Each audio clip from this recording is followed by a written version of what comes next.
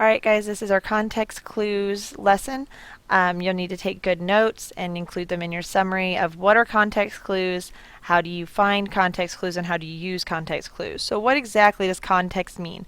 It's going to be the surrounding parts of a sentence, the parts of the written or spoken statement that come before or after a word or passage that influences its meaning.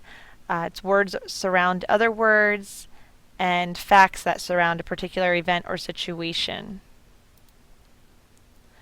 Context clues are words or phrases in a sentence that are going to help you understand those words that you don't know. That way you don't have to stop and go get a dictionary and look it up. So how does it work? They're going to give you those clues. You're going to use them, and it's going to save you time. It's going to give you working vocabulary. It's going to give you better usage of unfamiliar words. There are 4 types of context clues: your synonym, antonym, examples, and a general sense of the passage. Those are the 4 main types of context clues you need to have in your summary. The first is synonym. The writer uses a synonym or context clue to help with difficult words. The definition is there, it means the same thing, it restates it.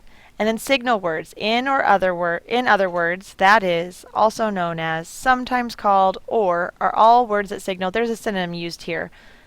So looking at the example, please read the example to yourself and try and find what is the synonym located in this sentence.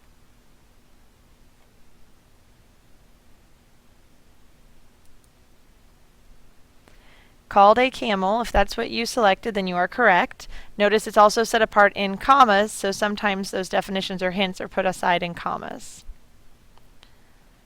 Antonyms are contrast clues when the author uses an opposite of the definition. But, in contrast, however, instead of, unlike, and yet are all examples of signal words that help you know the authors use an antonym contrast clue. Please read the example and decide where is the antonym.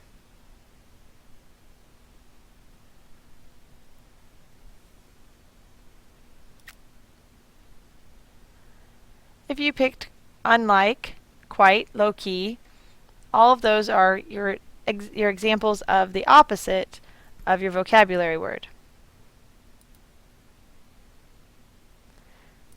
Let's go over some examples. Suggest the meaning of an unknown word. The adverse effects of this drug, including dizziness, cancer, and heart disease, have caused it to be withdrawn from the market. What does adverse mean? Adverse means harmful. That's why it's removed from the market. That would be an example. Marked by words like for example, for instance. The Chinese government provides incentives for married couples to have only one child. For example, couples with one child get financial help and free medical care. So incentives would mean incentives means encouragements. More examples. Initiative means you told me to use my initiative if I needed money, so I sold your car. Initiative means the ability to take charge. To get a general sense of the passage, we draw conclusions. Jenny didn't want to tell Tina the entire plot of the movie, so he just gave her the gist of the story. Gist means main idea. We ask questions sometimes to get a general sense. I'd like a prescription that will alleviate my aches and pains and also make me younger and thinner. What does alleviate mean? What would the patient want the prescription to do to his pains?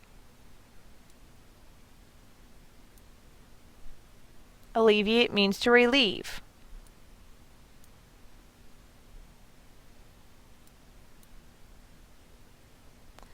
Five-step strategy for guessing the meaning of unknown words. Look at the word, look at the sentence, look at the relationship between the sentence containing the unknown word and other sentences, guess the meaning of the unknown word, and check that your guess is correct. You will use these steps on your vocab test when you have sentences starting next Friday. You will use these steps when you are looking at ACT passages and they give you a word. You want to go back and look at the full context before and after the word.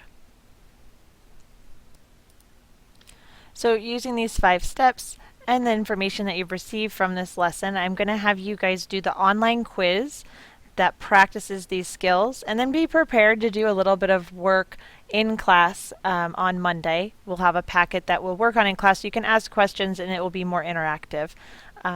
Please enjoy the rest of your weekend, and I will see you on Monday.